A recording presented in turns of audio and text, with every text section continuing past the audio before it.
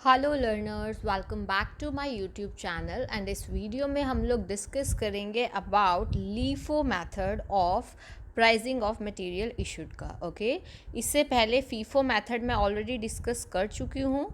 Cost accounting की एक playlist बनी हुई है, उसमें काफ़ी सारी वीडियोज़ हैं, इंपॉर्टेंट टॉपिक्स जो हैं कॉस्ट अकाउंटिंग के। ओके, बेसिक टॉपिक्स भी हैं, दूसरे टॉपिक्स भी हैं, तो वो आपकी काफ़ी हेल्प करेंगे। तो आपको प्लेलिस्ट सेक्शन में जाके कॉस्ट अकाउंटिंग की ढूंढनी है और आपको काफ़ी सारी इंपॉर्टेंट वीडियोस मिलेंगी। ठीक है, तो अगर आपने पहले फीफो मेथड नहीं देखा है, आपको ज़रूर देखना चाहिए बिकॉज ये वेरी इंपॉर्टेंट है। ओके, लीफो का मतलब last in first out method. Okay, इसके बारे में हम पढ़ेंगे। देखो, इंट्रोडक्शन, पहले हम इंट्रोडक्शन समझेंगे कि होता क्या है लीफो मेथड। तो आपको पहले मैंने बताया था फीफो मेथड वाली वीडियो में कि मटेरियल इशू का क्या मतलब है। देखो, जो हम मटेरियल परचेज करते हैं वो स्टोर्स में जाता है। अब स्टोर्स में जाता है तो हमने जो मटेरियल परचेज़ किया होता है अलग अलग डेट्स पे परचेज़ किया होता है, तो उसके प्राइजेस भी अलग अलग होते हैं। तो जब उसको स्टोर से प्रोडक्शन डिपार्टमेंट को इशू किया जाता है तब किस प्राइस पे किया जाएगा, वो ये वाले मेथड्स हैं, यानी कि मटेरियल इशू के प्राइसिंग के मेथड हैं। फीफो में हमने, आपको याद होगा, फर्स्ट इन फर्स्ट आउट होता था, यानी कि जो पहले मटेरियल आया है पहले उसको इशू किया जाएगा उसी प्राइस पे जो पहले आया मटेरियल। अब इसमें अपोजिट हो जाता है। ये क्या है? अपोजिट है किसका? फीफो मेथड का। देखो, अब पढ़ते हैं। Last in first out method, this method is based upon the assumption that the last items purchased are the first to be used. यानी कि लास्ट इन, जो लास्ट में आई है, पहले हमें उनको यूज़ करना है, उनको इशू करना है। ठीक है, in this method the issue price of material is equal to the price of material purchase last. ये सबसे इंपॉर्टेंट लाइन है इसकी।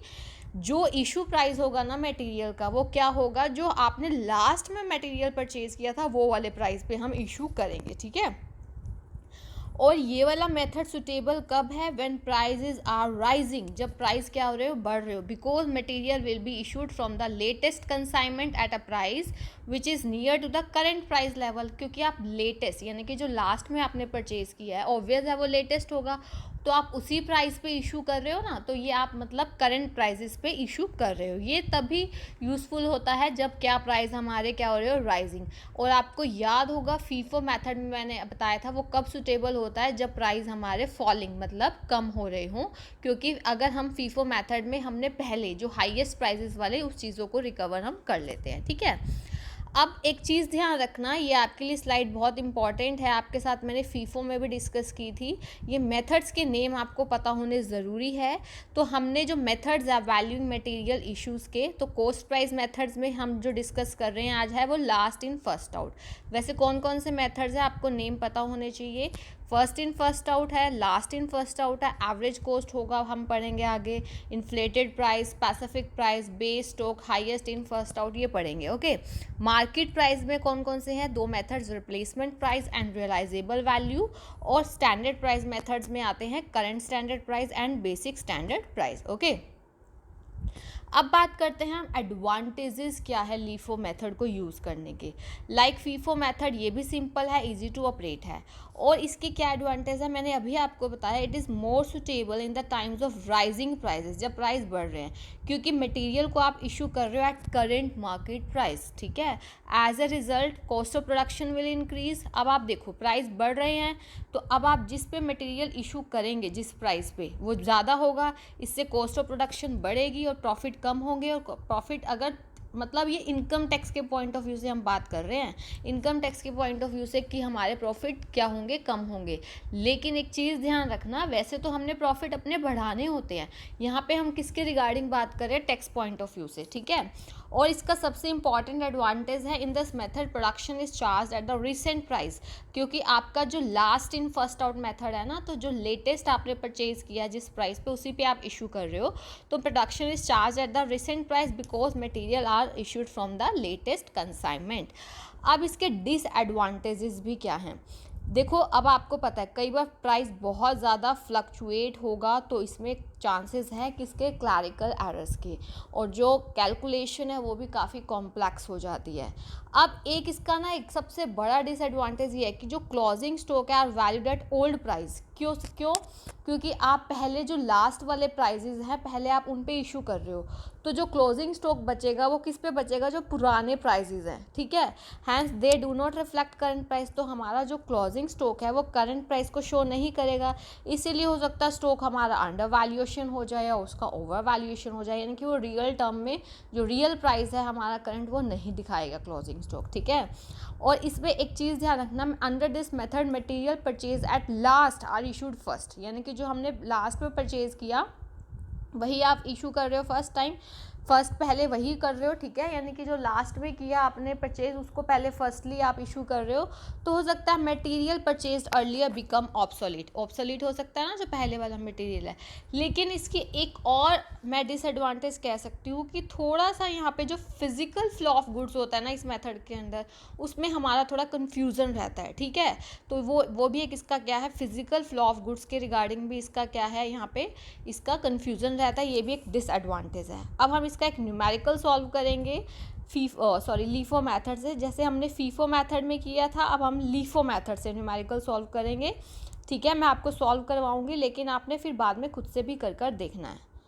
तो देखो, आपको स्टोर लेजर अकाउंट के बारे में मैंने पहले ही बताया है, उसकी 3 साइड्स हम डिस्कस कर रहे हैं। रिसीव्ड, जब मटेरियल रिसीव हुआ है स्टोर डिपार्टमेंट में, स्टोर में, और प्लस क्या हो जाएगा, माइनस हो जाएगा जब आपने उसको इशू कर दिया, बाकी का एक बैलेंस का कॉलम आएगा, ठीक है।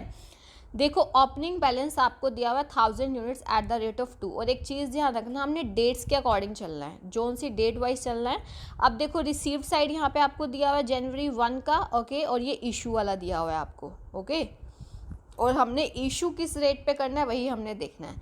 तो और आपको ये किस मेथड से सॉल्व करना है, last in first out, that is LIFO method से। तो ये कॉलम हो गया रिसीट का, ये इश्यूज का, ये बैलेंस का। पहले तो जनवरी 1 में आपको ओपनिंग बैलेंस दिया हुआ था 1000 units at the rate of 2, तो 2000 हमारे पास बच गया, ठीक है। अब देखो, जनवरी 1 के बाद डेट आएगी जनवरी 5 को आपने 400 यूनिट्स इशू किए। अब हमारे पास एक ही रेट है अभी तो 2 वाला, यानी कि ये वाला स्टॉक है, इसमें से हम कर देंगे 400 एट द रेट ऑफ 2 800, तो कितने यूनिट्स बचे, 600 at the rate of 2 1200, balance यहाँ पे आप शो कर रहे हो। उसके बाद जनवरी 6 में आपने रिसीव किया वेंडर से 400 units at the rate of 2.50, तो यहाँ पे आप जब आपने रिसीव किया जनवरी 6 को 400 एट द रेट ऑफ 2.50, तो 1000 आ गया।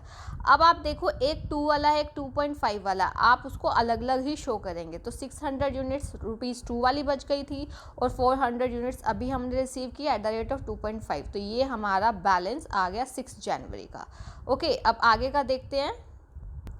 उसके बाद क्या हुआ, जनवरी 10 को हमने 800 यूनिट्स क्या किए हैं, इशू किए हैं।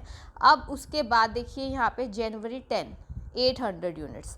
अब होगा क्या, अब ये है लास्ट इन फर्स्ट आउट, तो लास्ट पे सबसे पहले आप 2 वाला नहीं, लास्ट में कौन सा है, ये वाला 2.50, पहले ये वाला इशू करोगे, ठीक है। तो 400 units at the rate of 2.50, बाकी कितनी रहेगी, टोटल 800 करनी है ना, 400 units at the rate of 2, ठीक है।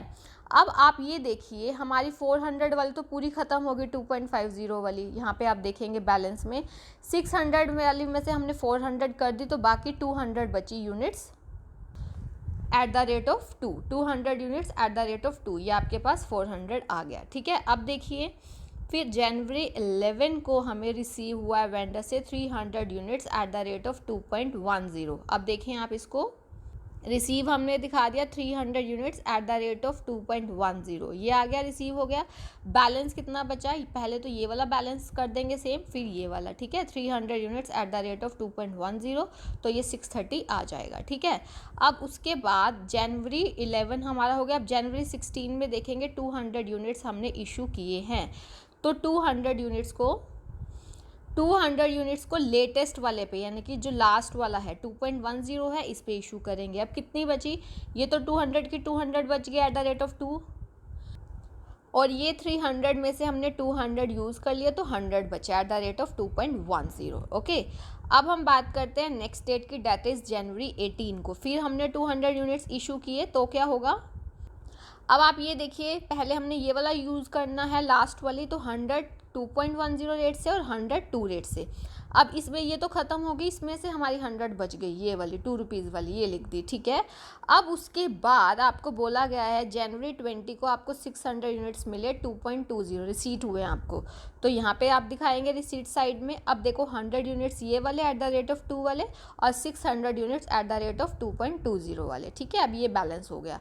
अब उसके बाद जनवरी 18 के बाद, सॉरी जनवरी 20 के बाद आप लोग देखिए, आपको जो है जनवरी 26 को 800 units at the rate of 2 ये आपको रिसीव हुए। तो इसमें क्या होगा आपके पास, ये देखिए दिस वन, जनवरी 26 को 800 units at the rate of 2, तो ये 1600 आ गया हमारे पास, ठीक है। अब बैलेंस देखो हमारे पास, यहाँ पे देखिए ये तो ऑलरेडी था हमारे पास बैलेंस। अब 800 units at the rate of 2 और आ गई, अब ये हमारे पास बैलेंस है। फिर आप क्वेश्चन में देखेंगे तो जनवरी 27 को हमने 400 यूनिट्स इशू किए, ठीक है। तो जनवरी 27 400 यूनिट्स, लेकिन किस वाले रेट में से, ये वाले जो हमारा ये दिस वन, ठीक है। 400 units at the rate of 2 कर दिया 800। अब कितना बैलेंस बचा, ये वाला तो पूरा, ये वाला भी पूरा, ठीक है। अब ये 800 थे, 400 यूज़ कर लिए, तो 400 यूनिट्स हमारे ये बच गए, ठीक है। फिर जनवरी 31 को फिर से हमने 500 यूनिट्स इशू किए। तो जनवरी 31 को 500 यूनिट्स कैसे इशू करेंगे, पहले तो आप ये वाले करेंगे यूज़, क्योंकि लास्ट वाले करने हैं ना। फिर 100 2.20 वाले करेंगे। अब देखो ये जो स्टॉक हमारे पास बचा, क्लोजिंग स्टॉक, ये वाला तो बच ही गया, इसमें से 100 हमने यूज़ कर ली, तो 500 बच गई 2 पॉइंट। ये देखो 600 में से हमने 100 यूज़ कर ली, तो 600 वाले में से अब 100 गए, तो 500 बच गए 2.20, और ये 1100 हमारा ये क्या हो जाएगा, closing stock. Okay, I hope आपको लीफो मेथड अच्छे से क्लियर हुआ होगा। कोई भी डाउट है आप लोग कमेंट सेक्शन में पूछ सकते हो। और अगर अभी तक आप लोगों ने इस यूट्यूब चैनल को सब्सक्राइब नहीं किया है, देन डू सब्सक्राइब, बिकॉज आप लोगों के लिए काफ़ी ज़्यादा यूज़फुल वीडियोज़ आने वाली हैं। और बेल आइकन प्रेस कर सकते हो ताकि आपको टाइमली नोटिफिकेशन मिल सके। Okay, thank you so much, keep learning, keep sharing.